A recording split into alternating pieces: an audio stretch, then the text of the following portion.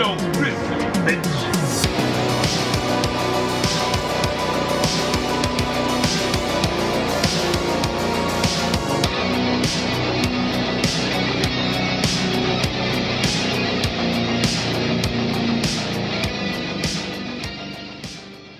What up, Mean Militia? I'm Mean Joe Grizzly, and when I'm not leaving my significant other in a creepy cabin all alone out in the middle of nowhere, I'm at the Grizzly Cave, watching and reviewing movies while, of course, crushing beers. And I am back to bring y'all my review of the latest Osgood Perkins film, Keeper.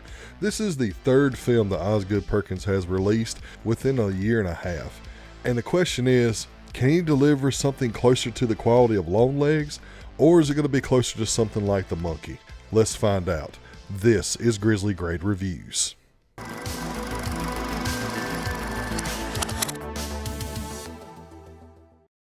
A couple head to a secluded cabin for their anniversary weekend, but when the husband is called away to work, the wife is set upon by an evil entity that reveals the cabin's secrets.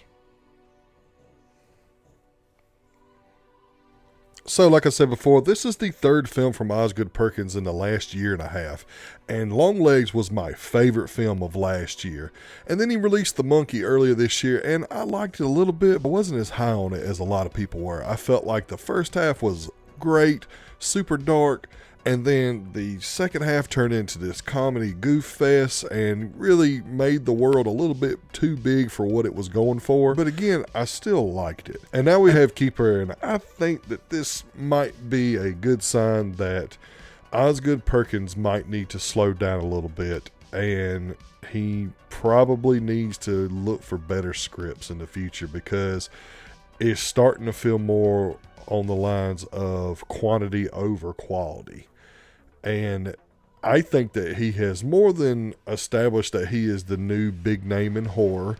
And I also think that he's just a good director all around. His style's great. He has visual prowess. He has all kinds of great traits that make him a good director. Because this was a great idea and premise, but it didn't work near as good as it should have. So let's talk about it.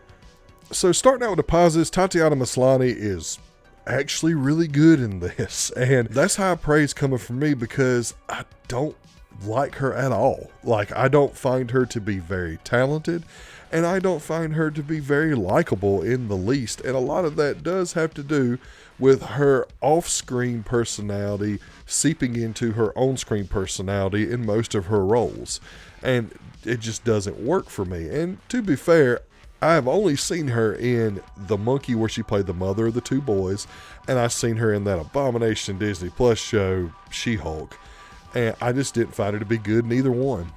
And she's just one of those actresses that I never understood the praise that she got. But in this movie, I have to say, she carries the movie. She is absolutely fantastic in this movie. She shows a broad spectrum of emotional range in this that I found to be very genuine and very impressive. And honestly, it's a damn shame. And the reason why I say it is because her character at times is very poorly written.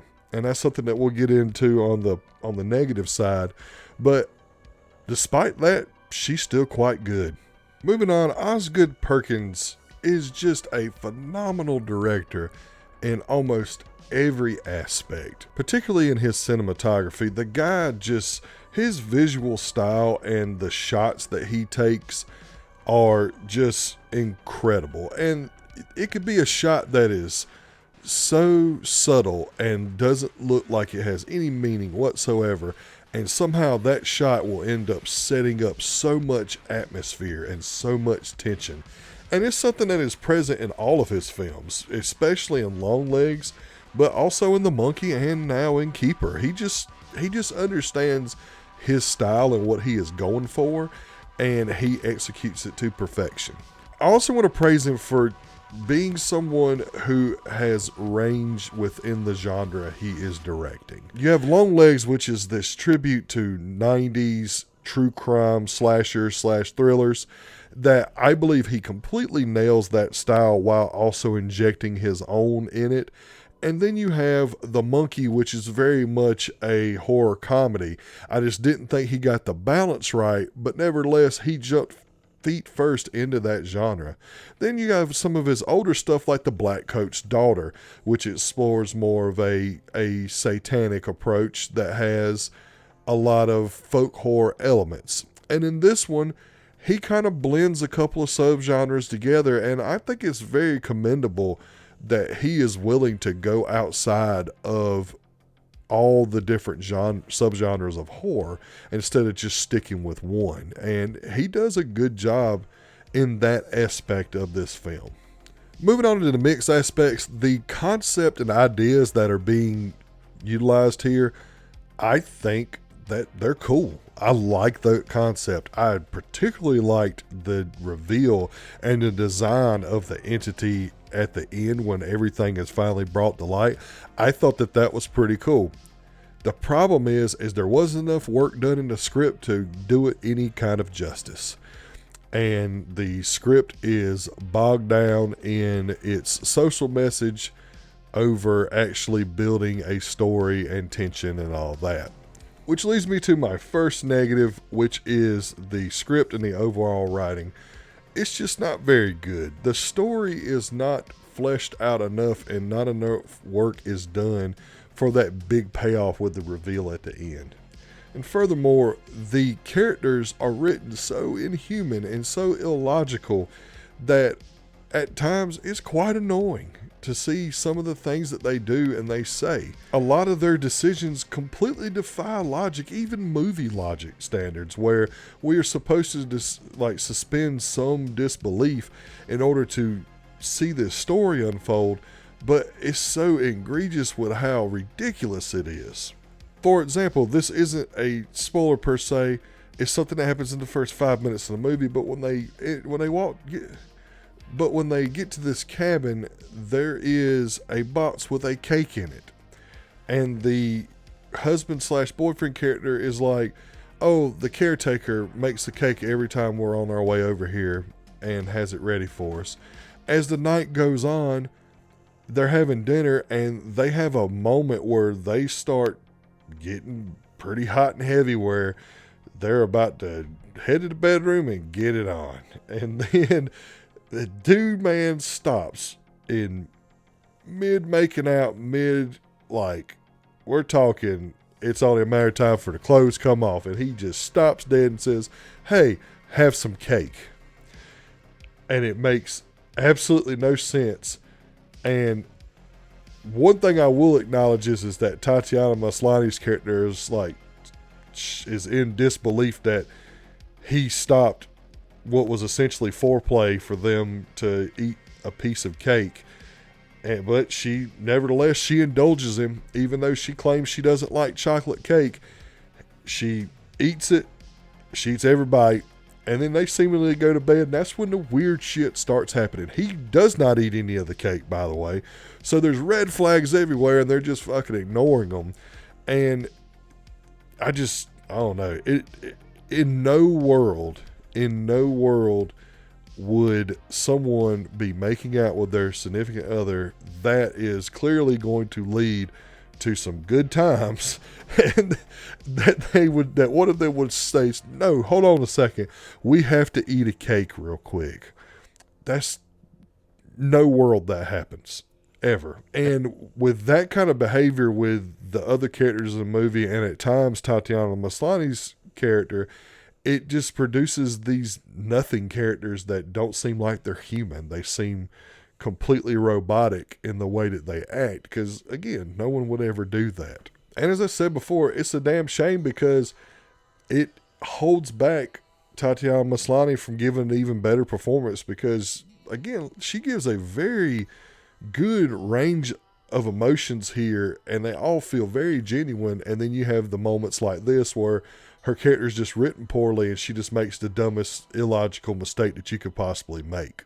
And at times, some of this dialogue and some of these weird actions and illogical stuff that they do, it clashes with Osgood Perkins' style, because in this movie, he is going for a very folky, psychedelic style. And when you have this weird dialogue and weird, actions that these characters are doing, it just clashes with it, and it makes the story kind of incoherent at times. Then, as I said before, there's some social commentary that is shoehorned in here, and that was something that felt like they were clearly trying to buff the script a little bit to kind of disguise how weak it was, because none of the social commentaries they were putting in here really felt relevant to the story. There's one about domestic violence, there's one about misogyny, and then there's that one that we're all tired of, old trauma. All that stuff is piled in there, and it doesn't feel relevant to the story. The trauma one maybe a little bit, but the story isn't fleshed out enough for it to be relevant. Even in the characters, even the little bit of information that we get on Tatiana Maslany's character, we don't have enough to say, okay, this message and this type of like commentary links up with this story, because it just didn't. It just cloaked a very poorly written script.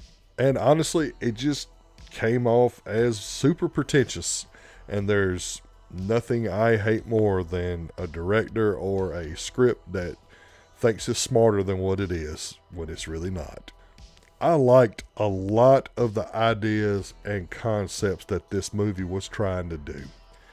Unfortunately, the writing in the script just didn't do enough work to have those ideas and concepts to be brought forward to proper fruition. And as I said before, I think it might be Oz Perkins' cue to slow down and make sure that the scripts of the movies he wants to direct are written properly and fleshed out properly before he just takes any type of movie. And I'm not saying that he is just willy-nilly picking these movies out of a hat. I think that he is just taking the movies that he likes the ideas of, and the script, particularly in the last two movies, the script just hasn't been done to the point where the movie could reach greatness like Longlegs. Particularly The Monkey. The Monkey had a solid first half, and then the second half just turned into a silly mess. And with this movie, it's up and down all over the place because the script is just so weak in so many different areas. And I'm hoping that he will just take a breath, slow down, and correct himself on the better path to where we can get a new, quote, Longlegs or another good movie from him. Because he hasn't really put out a bad movie up until this point for me. But ever since Longlegs, he's kind of been going slowly downhill for me. And that's something that I don't want to see happen to him, because I do think he is very talented. So hopefully he can take time and focus his talents for his next film and kind of bounce back from this. But right now, Keeper just didn't do it for me.